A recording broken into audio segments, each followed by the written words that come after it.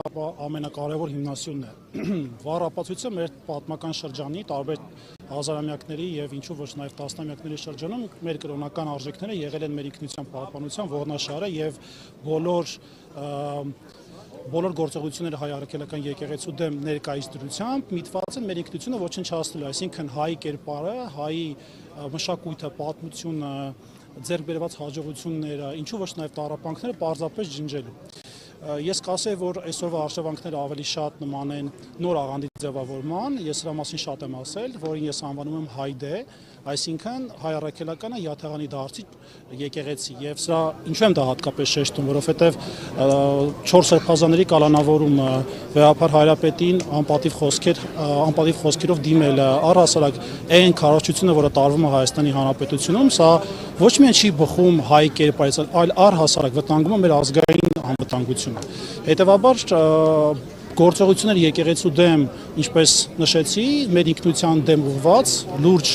պատերազմ է եւ նպատակ ունի ոչնչացնելու հայի տեսակին։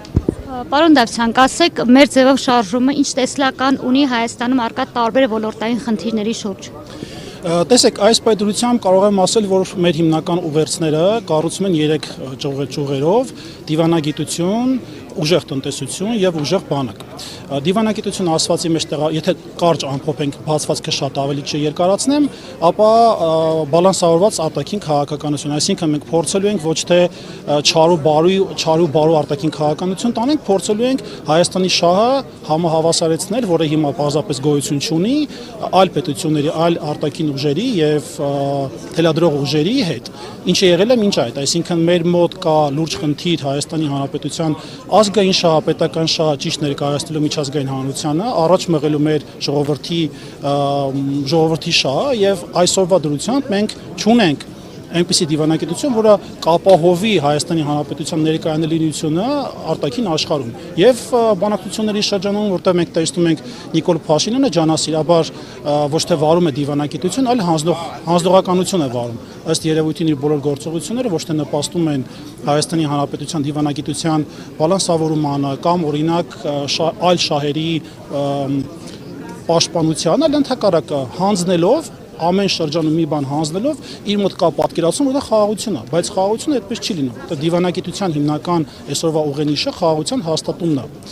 Հետևաբար սա դիվանագիտության մասով, տնտեսության մասով, քանի որ մասնագետ չեմ, շատ չեմ անրանա մասնագիտական տերմինների մեջ, պարզապես կնշեմ, որ այն գործազրկությունը, աղքատությունը, սոցիալ-տնտեսական լուրջ խնդիրները, որ կան մեր երկրում, առաջի հերթին նպաստում, որպեսզի մեր հասարակությունը արտագաղթի գնա։ Չմնա իր երկրում, այստեղ չհիմնի իր արմատները, այլ երկրներում փորձի ֆինանսական միջոցներով իր ընտանիքին տեղափոխի։ Ինչը նույնպես տնտեսության այս տեսակ ցավալի վիճակը խոսում է, այսինքն շարժում է դեպի Հայաստանի անվտանգությանը որպես լուրջ խաթարում։ Երկրորդը ուժեղ բանակ։ Ուժեղ բանակ ասածը դա չի ենթադրում պատերազմի նախապատրաստություն, միշտ ուժեղի հետ են նստում հաշվի եւ ուժեղ պետությունը նաեւ ունենում է ուժեղ բանակ։ Ուժեղ բանակ ասելով մեկի նկատի ունենք այնպիսի համակարգ, որը որ մինչ այս գոյություն չի ունեցել, մենք չենք խոսելու պարզապես հրապարակում անելով, որ այս երկրից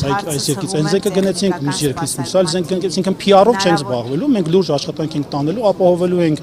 մեր սահմանի պաշտպանությունը եւ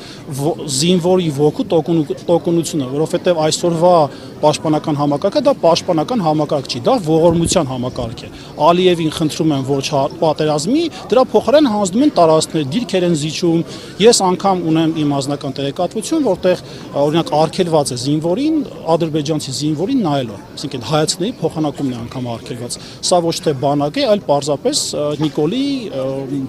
առու վաճառքի ինչ-որ մեխանիզմ։ Շատ լավ, շնորհակալություն։